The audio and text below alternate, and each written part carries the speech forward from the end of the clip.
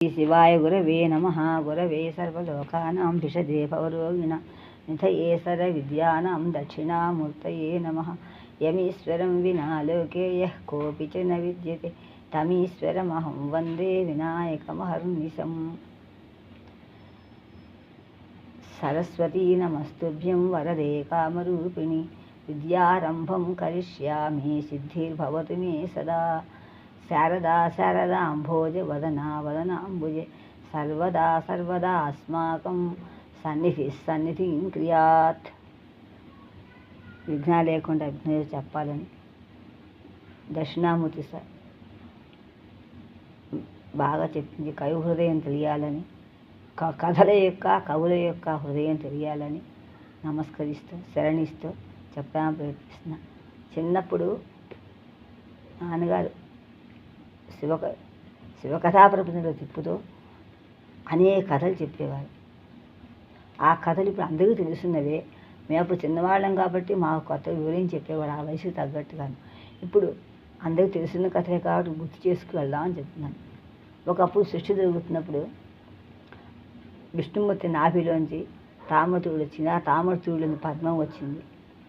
ఆ పద్మం మీద ఉన్నటువంటి ఆశేషమే విష్ణువు పడుకున్నాడు. పడుకున్న పద్మంలో వచ్చిందే తెలిసిందే. ఆ పద్మంలోంచి బ్రహ్మదేవుడు పుట్టాడు.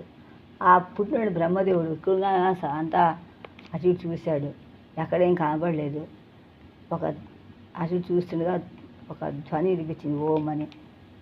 ఓం ఎక్కడి నుంచి ధ్వని చూస్తే కింద విష్ణుమూర్తి ఉన్నాడు. ఎవరు నువ్వు ఒకళ్ళొకరు పరిచయం వాదించుకున్నారు. ఆ తర్వాత మళ్ళీ వాళ్ళు అనుకుని నువ్వు నేను గొప్ప నేను పుట్టించాను అని వాగ్వాదం. ఎక్కువ మాట్లాడడం వలన గొడవలు వస్తాయి. ఎక్కువ మాట్లాడకూడదు. ఎక్కువ మాట్లాడితే వాచారత్వం ద్వారా జల్పత్వం కూడా. వాచారతో కొంచెం మాట్లాడటం వాదావా జల్పత్వం పిచ్చిగా ఇష్టం వచ్చినట్టు మాట్లాడటం, అక్కడే మాటలు మాట్లాడటం విన్ని వస్తాను. మౌనమే పరమపురుషుడు. అలా స్థితికి రాకుండా ఇద్దరు కూడా వాదించుకోవడం మొదలెట్టారు. నువ్వు గొప్ప నేను గొప్ప అని. ఇలాంటి ఒక ఆకారం అగ్నిస్తంభ ఆకారం ఒకటి కలిగిందన్నమాట. దీన్ని ఆపాతాళ నభస్తంభం మహిమనస్తంలో వేశారు. ప్రతి కవులు చాలామంది గురించి చెప్పారు. సమయాపరం చెప్పడానికి ముందు చెప్తున్నాను. ఆ వచ్చినప్పుడు వాళ్ళు ఆ మాటలు వినిపించాయి. ఒకటి పైకి ఒకటి కిందకి వెళ్ళినా అంత చూసుకోండి. ఒకటి పైన నా ఎక్కడో వచ్చాను చూడండి, కింద నుంచి ఎక్కడ పుట్టానో చూసుకోండి అని జ్యోతిర్లింగం కూడా కనిపించింది. కానీ ఎవరికి కూడా లింగం బ్రహ్మదేవుడి పైకి వెళ్తా అన్నాడు హంసస్వరూపంతో. విష్ణుమూర్తి కింద చూస్తా అన్నాడు. సరే ఇంకా ఎలాగైనా ఆశ వస్తుంది కదా, బ్రహ్మదేవి పైకి వెళ్ళాడు. ఎక్కడ ఏం దొరకలేదు. కానీ ఒక మొగలిపు వాడిపోతా పడింది. ఊగుతూ అటు ఇటు ఊగుతాను. అదేంటి ఇంత వాడిపోయి వచ్చామంటే ఎక్కడి నుంచి వస్తుండే, ఇప్పుడు ఎక్కడ పైనుంచి వస్తున్నానండి. ఏ పైనుంచి? అగ్నిస్తంభాక పైనుంచి వస్తున్నాను. ఎక్కడ పైన అదే నాకది ఎప్పుడు వచ్చాను, ఎప్పుడో బయలుదేరాను, మళ్ళీ ఇప్పుడు వస్తున్నాను, అందుకే వాడిపోయాను. అమ్మో నేను అందరం వెళ్ళే నాకు సహాయం చెప్తావా? ఏం సహాయం అంటే శివుడు అడిగితే కనుక నేను కూడా తల చూసా అని చెప్పంటే ఏముంది అందుకో నా 5 తలలు బ్రహ్మదేవుడు సామాన్యుడా, 5 తలలు ఉన్నాయి కదా బ్రహ్మదేవుడు, అది చెప్తానులే అని ఒప్పుకుంది మొగలి పువ్వు. సరే నేను నిజాయితీగా చెప్పేశాడు. నాకు అంతా చూసాగా నా పాదాలు కనబడలా అని చెప్పేశాడు మొదలు ఎక్కడో విష్ణుమూర్తి. ఇలా వాయించుకుంటే అప్పుడు మాటలు మించే కదా చూసిందట. ఇప్పుడు అంతరార్థం ఏమని తెలిసింది అక్కడ. అప్పుడు అగ్నిస్తంభాకాంతం జరిగినప్పుడు మొత్తం అంతా వ్యాపించేసింది. ఆపాతాళ నభస్త లేకపోతే బ్రహ్మాండ అంతా కూడా అది చూస్తే అప్పుడు ఆయన అది వాయించట శివుడికి చెప్పారు. నేను చూశాను, మొగలిపూ చూసే అని చెప్పింది. తోకతో చూడలేని చెప్పగానే విష్ణుమూర్తి చెప్పేశాడు కదా, అది నువ్వు అబద్ధం ఆడావు కాబట్టి నీకు లేదు, బ్రహ్మదేవుడికి లేదని చెప్పాడు. నన్ను నీకు ఎప్పుడు నా పూజ పనికిరావని చెప్పి మొగలిపూని శపించాడు. నీ గురుడు అని చెప్పి శివుడు బ్రహ్మదేవుడిని శపించాడు గుడి లేదని. మా లోకాధిపత్యం అంతా విష్ణుమూర్తికి ఇచ్చాడు. అందువల్ల విష్ణుమూర్తి పరిపాలిస్తాడు. మానవుల యొక్క జీవి యొక్క కర్మఫలాన్ని అనుభవించడానికి వీలుగా శరీరాన్ని అందింపజేస్తాడు బ్రహ్మదేవుడు. కర్మఫలం ఎప్పుడూ అనుభవిస్తూ ఉంటాడు. అనుభవించేస్తుంది దాన్ని అనుభవిస్తున్న దాన్ని విష్ణుమూర్తి పరిపాలిస్తూ ఉంటాడు. చివరిలో ఏం చేస్తాడు శివుడు. బ్రహ్మ విష్ణు మహేశ్వరులను వచ్చిందన్నమాట. ఇలా ఉండగా మాటలు ఏమించే కదంటే అయితే ఇప్పుడు మొగలిపు పడుగు విశేషం ఉంది. అబద్ధం ఆడకూడదు, శివ నింద కానీ అబద్ధంగా ఆడకూడదు. దానికి కారణం ఏంటి? అక్కడ ఆ మొగలి పువ్వు ఎందుకు వచ్చిన తత్వం ఆలోచించాలి. ఆ మొగలి పువ్వు కవులతో వచ్చిన అబద్ధం చెప్తాడు మా సార్. కవులతో పడిపోయింది కదా కింద. ఎందుకు కవులతో పడిపోయింది? అబద్ధం ఆడటానికి జంకుతాం మనం, నిజం చెప్పడానికి అమ్మో ఎవడేమంటాడో అంటాం. అబద్ధం ఆడటానికి ఒక అబద్ధాన్ని 100 మాసం సమర్థించి ఒక అబద్ధం ఇంకో 10 అబద్ధాలు కల్పించి టకటక గబగబా చెప్పేస్తాం. అది ఉంటే శివుడికి తాను నచ్చదు, పడదు అని చెప్పడానికి అబద్ధాన్ని సంకేతంగా మొగలు పూజ చేద్దాం. అంటే అబద్ధం ఆడేవాడు నా దగ్గర పూజ పనికి అర్హులు కారు ముందే చెప్పేశాడు శివుడు. అందువల్ల అర్హత లేకపోయింది. అందుకు అబద్ధాలు ఆడకుండా బతకాలి. శివునింద వినకూడదు. చెడు చూడక, చెడు మాడక, చెడు వినొద్దు, చూడొద్దు అనే స్థితిలో ఆ 3 కూడా లేకుండా పోయిందన్నమాట. ఇప్పుడు అక్కడ మనకు కావాల్సింది కదా, ఆపాతాళ నభస్ అంతా తిగినప్పుడు బ్రహ్మదేవుడికి సృష్టించమన్నాడు. నాకు చేత కావట్లా, నువ్వు సృష్టించవా అన్నాడు బ్రహ్మదేవుడు శివుడిని. శివుడు అన్నాడు, సృష్టించాడు. శివుడు ఆకారం ఎలా ఉంది? ఆ జటాజుటలతోటి, నెలవంకతోటి, కళ్ళు 3 కళ్ళతో, త్రిశూలాలతోటి అన్నీ వచ్చి అలా గైచరమంతో తీసుకుని అలా పుట్టించాడు. శాంభవ రుద్రరూప రుద్రాక్షాహ త్రిక్షాహ అనేక రూపాలతో సృష్టించాడు. మానవ శంభు రూపాన్ని ఇక్కడ సృష్టించారు కవిగారు. అక్కడ ఆ కాలంలో అక్కడ విష్ణుమూర్తి విష్ణుమూర్తి పరిపాలనకు అనుకూలంగా బ్రహ్మదేవుడి కోరిక ప్రకారం శివుడు తాను చేతనట్టుగా సృష్టి చేసేసాడు. అయ్యో ఇది కాదు, మానవ సృష్టి అడిగాడు బ్రహ్మదేవుడు. అయితే నా సృష్టిని అందరం నాకు ఇదే సృష్టి స్థితి లయలో నాకు లయస్థానం కానీ ఏది చేస్తా అన్నాడు. ఇలాంటి వాళ్ళు దొరుకుతారని, ఇలాంటి వాళ్ళు జన్మిస్తారని చెప్పాడు. అప్పుడు అందరికీ అప్పుడు సృష్టి జరగాలంటే శక్తి స్వరూపం ఉండాలి. కాబట్టి నువ్వు అనుగ్రహించమని శక్తి నేను ఇస్తున్నా అని చెప్పి చూపించాడు. వాళ్ళే రతి మన్మథులు, వాళ్ళే దేవతలు అన్నమాట. ప్రపంచానికి అలా ప్రేమ అనేక రకాల ప్రేమ. లోకంలో శృంగార ఒకటి అనేక రకాల ప్రేమలు, కొన్ని ఎంత జన్మలు ఉంటాయి అన్ని రకాల ప్రేమలు ఉంటాయి. గౌరవంతో ప్రేమ, మాట ప్రేమ, అన్ని రకాల ఆదరణతో, శక్తితో, భక్తితోటి అనేక రకాల ప్రేమలు ఉంటాయి. అదే ఈ కాలంలో శృంగారం ఒకటే ప్రాధాన్యత ఇస్తున్నారు. అలా ఉన్నప్పుడు ఇక్కడ గురువుగారికి ఏం కనిపించారు? అందరూ మానవ శంభు రూపాలు కనిపించారు. అక్కడ త్రిశూలు కనిపిస్తే చూపించేవాడు. ఆ విధంగా ఆ కవి హృదయాన్ని చెప్పాలి. అందువల్ల అదొక్కసారి చెప్పుకుని ఇందులోకి వెళ్దాం అని నా ఉద్దేశం. ఎలా కనిపించి ఒకసారి చెప్పుకుందాం. ఒకసారి కవిహంసమ్ములు మిన్ను ముట్టి సరిపెన్ కళ్యాణ గంభీర వాక్ కవితా తుంగతరంగిణి బహుకార క్రియాశీల్ క్రీడలందు విజృంభించెను కృష్ణరాయిల సభాద్యో వాహిని చొచ్చుతో వివిధోత్సాహముల్ అష్టదిగ్గజముల్ విశ్రంభసుంభద్గతుల్ భాంధ్ర భారతీ కాకతీయాబ్జపీఠి విడచి పంపా విరూపాక్షు కడకు నేగి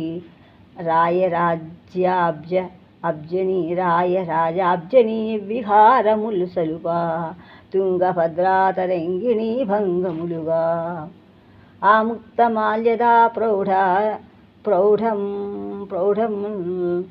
అమల రస సౌరభములెందు అలవి కొనగను ఉద్దామొక్కధామంబు మహివేర రాచరికముల అంతట నించన్ పంపా విరూపాక్ష బహుజటాజూటికా చంద్రికాద్యుతి పల్కే స్వాగతం ప్రౌఢ విద్యారణ్య భవ్యహాస జ్యోతి బహుముఖాశిస్సులు పరిఢవించే తుంగభద్రా నదీ శృంగార వీచి భక్తిమై పెద్దన పాద్యమిడియే వినత దిండిమ మహావిద్వత్ ముఖాంభోజ వికసనం అర్ఘ్యం భూమిం వహించే ఒకట నాచిన సోమన యొదిగి చూపులనడి సామ్రాణి ధూపమిడియే ఎలమీ కలములు వెలుగున్ శ్రీకృష్ణదేవరాయరసన దివ్య నీరాజనం అచట చేరిన కవి చక్రములు అలరకం కువలయమ్ములు కాన్కలు కూర్చెనందు చూపు చూపున సూరన సుఖ విచంద్రుడు అతని కర్పించే ఏకశిలం ఏక బిల్వార్చనంబు సాక్షాత్కరించెనొకముని త్రెక్షుని రూపాంతరంబు నిఖిలాగమట్టికాక్షరములు హాసములు చక్షుపటలములు సాంద్ర చంద్రికాలోలయనన్ ఆ పోలిక వారందరి విరూపాక్షులు చంద్రశేఖర క్రియాశక్తులు దీపించిరి మునులు అంతటా ఔపషత్కుహూరచారి హరియక్షముల్ చండీస పటుడింది మనిస్వనముల్ దుగ్ధడిండీర ఖటాఖండ మృదుహాసన్ నిజయము నిండిన ఒక వింత వెలుగు నెలమికొని అటన్. ఇలా చూస్తుంటే పఠిత చేత చదివించేదిగా ఉంటుంది. అలా ఈ కవి రాయటండి కవి యొక్క ప్రత్యేకత. ఇప్పుడు మాట్లాడిన ఈ వంశంలో కూడా మాట్లాడినా ఇంకా వింటే బాగుంటుంది. వంశ ప్రత్యేకత అన్నమాట. ఈ ఆంధ్ర కవి చేతుల గురించి చెప్పాలంటే కనుక మొదట తొలుత గుర్తొచ్చేది శివశ్రీ లోకారాధ్య మల్లంపల్లి సోమశేఖర శర్మ గారు ఆయన.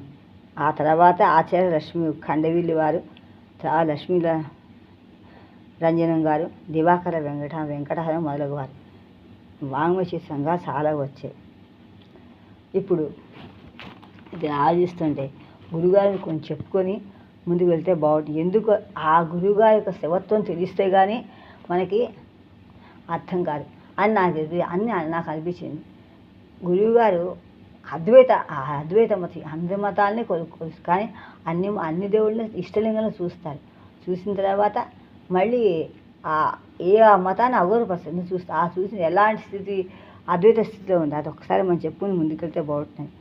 గురవే మృత్యుంజయాయ రుద్రాయ నీలకంఠాయ సంభవే అమృతేశాయ సర్వాయ మహాదేవాయ తే నమః. ఇక్కడ ఒకసారి మృత్యుంజయం చూసుకుంటే కనుక మృత్యుంజయుడు ఎలాంటి వాటి అసలు అమృతేశ్వరుడు. అమృతం కానిది అమృతం. ఏది మృత్యుంజయుడు? మృత్యు అంటే ఏం చేయాలి? నామము రూపము ధ్యానంతో రెండు కలిస్తేనే అది ముఖ్యంగా ఉంటేనే అది మృత్యుంజయ దృష్టి మనకి ద్రష్టత్వం వస్తుంది. ఆ ద్రష్టత్వంలో అది వినబడుతుంది, కనబడుతుంది. అదే దర్శనం. అది తపస్సు చేత అతీంద్రియ ప్రజ్ఞతోటి గ్రహిస్తారు ఋషులు. వారిని సిద్ధులని ద్రష్టులని అంటుంటారు. అని మూర్తులుగా అనేక రుద్రరూపాలతోటి గోచరిస్తూ ఉంటారు. కనుక నామము భావము రెండు మనకి భక్తుల అనుగ్రహం కోసమే మనకి గుర్తులు వస్తాయి. అందువల్ల వైద్యుడు ఎలాగైతే పరీక్షించి మందు ఎలా ఇస్తాడో అలా భక్తుడికి కూడా అనుకూలమైన చేసి వాళ్ళకి అన్ని ఆత్మపంచడానికి చెప్పడానికి తగినట్టుగా వస్తాడు శివుడు. భక్తుడికి దేవుడు అలా వస్తాడు. ఆ ధ్యాన రూప నామాన్ని పలకటము, రూపాన్ని ధ్యానించటము ఇది ఋషి చిత్తశుద్ధి చేత తపస్సు చేత ఏర్పడుతుంది. కనుక మనకు దేవతలకు చాలామంది ఉన్నారు. కనుక మనకి కనపడుతుంది. ఆ ఋషులకి ఆత్మజ్ఞానంలో అంతర్ముఖంగా కనిపిస్తుంది. ఇలాంటిదే సనాతన ధర్మం అన్నమాట. ఇదే బ్రహ్మజ్యోతిలో ఉంటుంది వాళ్ళే. అదే చైతన్య స్వరూపం. ఆయనే భక్తానుగ్రహ విగ్రహుడు ఆయనే. అందు ప్రతిమూర్తికి కూడా భక్తుని అనుగ్రహించడానికే వస్తూ ఉంటాడు. ఒక విగ్రహ ప్రయోజనం ఉంటుంది ప్రతిమూర్తికి కూడా. ఇక్కడ అమృత విద్య అమృతమస్తుతే. విద్య అంటే అర్థం ఏంటి? ఇక్కడ అజ్ఞానం విద్య. విద్య అనగా మనం అజ్ఞానం తీసుకోవాలి కానీ చెరర్థం తీసుకోకూడదు. అవి జ్ఞానం లేనివాడు అనకూడదు. ఎవరు జ్ఞానం వాడిని విత్తు జ్ఞానం ధాతు నుంచి వచ్చిందన్నమాట. ఋషి దర్శనం వేరు. ఆ ధ్యాన శ్లోకంలో ఏముంటుంది? మనిషికి వర్ణన ఉంటుంది. ఆ ధ్యాన శ్లోకానికి అంటేస్తే ఎలా ఉంటుందో ఆయన వర్ణన ఉపవాసం ఉంటుందన్నమాట. రెండు కూడా నామాన్ని రూపాన్ని కూడా పలుకుతూ ఉంటారు. అది దర్శనం వేరు, అది చెప్పడం వేరు, మనకు అర్థమయ్యే చెప్పడం వేరు. అనేక మంది ఉన్నారు దాంట్లో. ఇలా చేస్తేనే అది ఏదైతే ఏమరపాటుగా ఉందో ఆలోచిస్తే అదే ఆత్మ అవుతుంది. అలా ఒకే దృష్టితోటి ఒకే తపస్సుతో ఉంటే ఎలా ఉంటాం ఏకధ్యానం, అదే ఆత్మ గోచరిస్తుంది అన్నమాట. అలా ఉన్నదే అది బ్రహ్మజ్యోతితో చైతన్యం కూడా అనుగ్రహం కూడా అదే. అందువల్ల ఇక్కడ రెండు చేతులతో అన్న చేస్తే అమృతం విద్య అమృతం వస్తే అన్నాడు కదా. విద్య వలన గురువే మనకి స్వరూపుడు, జ్ఞానస్వరూపుడు. అది అమృత జ్ఞానం కూడా గురువు తగ్గించే వస్తుంది. మనస్సు లేడీ సంకేతం కాబట్టి ఆ మనస్సును నిగ్రహించుకోవాలి. ఆ గురు స్వరూపాన్ని గురువుగా నిజంగా మనం గొప్పవాడైతే గురువు యొక్క తత్వం గురువుని పోలిస్తే ఆ గురు స్వయం మనకు కూడా మన విగ్రహం వస్తుంది. అందువల్ల దీని ప్రయోజనం కూడా జీవితంలో కనిపిస్తుంది. ఆ ప్రయోజనం చెప్పడే మన జీవిత లక్ష్యం అన్నమాట.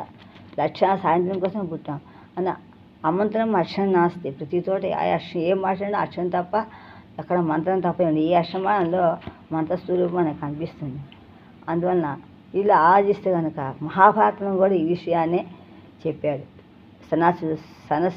సుజాతీయంలో మృత్యు అంటే ఏమీ లేదు, భ్రాంతి. ఆ ప్రమాదంలో ఏదైతే ప్రమాదం ఉంటుందో అదే మృత్యువు ఉందో అనుకోవటమే. ఆత్మని మర్చిపోవటమే మృత్యువు అని చెప్తున్నాడు. అదే ఉపనిషత్వం కూడా అది చెప్తున్నామట. మృత్యువు ఉన్న చోట అజ్ఞానం చేత వస్తుంది, భయంతో వస్తుంది. అందులో పారమార్థం, లౌకిక పారమార్థం, పరలోకం, పరాపరా విద్యతో కూడా పారమార్థంతో కొంత ఏది ఉంటుందో ఆ రెండింటి ముఖ్యం ఉన్నప్పుడే మనకి మృత్యువుగా అనిపిస్తుంది. లేకపోతే మనకి మృత్యువు ఇది మృత్యువేనా అని అనిపిస్తుంది. ఆత్మ తెలిసినప్పుడు ఓహో భ్రాంతి అని. అది తెలియకపోతే మృత్యువు శరీర పంచభూతాలు వెళ్ళిపోయాయి అని తెలుస్తుంది మనకి. మన పంచభూతాలతో కూడిన శరీరం. ఈ పంచభూతాలతో కూడిన శరీరానికి ప్రాణం ఉండే ఆ ప్రాణంలో అంటే చైతన్యం. ఈ చైతన్యం లేకపోతే శక్తులున్నా పంచభూతాలు ఉన్నా ఉపయోగం లేదు. అందువల్ల ఈ రెండు కలిసి ఉంటే జ్ఞానం ఒక శక్తి కావటం వల్లనే ఈ ఇద్దరు కలిస్తేనే మాట శక్తి కలిస్తేనే అది శివతత్వం పరిరక్షణ అవుతుంది. అలాంటి ఇది చెప్పడం వల్ల ఆ శక్తి ఎవరికైతే ఉందో వాళ్ళు ఈ రెండు వెళ్ళిపోయినప్పుడు కూడా ఏది స్థిరంగా ఉంటుందో అది ఆత్మ, అదే సమాధి స్థితి, తుర్య అవస్థ. ఆ తెలిస్తేనే అదే శివోహం. అలా ఉన్నప్పుడే మన యొక్క ఆత్మ ఎవరిపాటే మృత్యువు అనే స్థితికి మనకు వస్తుంది. ఈ జనన మరణాలు రెండో కాలవర్తాలు. ప్రయోజనం వంటి ఏదో ఒక ప్రయోజనం లక్ష్యం వస్తారు, లక్ష్యంగానే మళ్ళీ వెళ్ళిపోతూ ఉంటారు. ఇప్పుడు మనకి ఒక విషయం, అందుకే మార్కండేయుడు కూడా ఏమన్నాడు? మార్కండేయుడు చంద్రశేఖర మాసే కలిసి వయ్య మహా అన్నాడు. చంద్రశేఖరుడే కనుక మనం అనుగ్రహిస్తే మృత్యు మన ఏం చేస్తుంది? మృత్యు ఏమీ చేయదన్నాడు. అంటే అనుగ్రహించడం ఏంటి? ఆధారపోతుంది మూలాధారం నుంచి మూలాధారం నుంచి చక్రాలను దాటుకుంటూ ఆజ్ఞాచక్రానికి వచ్చిన తర్వాత ఇక్కడ ఇలా పింగళ స్థానం, ఆజ్ఞాచక్రం ఇలా పింగళ స్థానాలు అయిపోయి ఈ పక్క పైకి వెళ్తుంది, అదే సహస్రారంలోకి వెళ్ళిపోతుంది. ఎప్పుడు ఆజ్ఞాచక్రం ఎక్కడుందో అక్కడ ఉంటుంది దానికి ఆధారభూతమైనటువంటి ఒక కళ ఉంటుంది. ఆ కళ పైకి వెళ్తుంది. ఆ కళ ఏమి ఆధారభూతమైన దాన్ని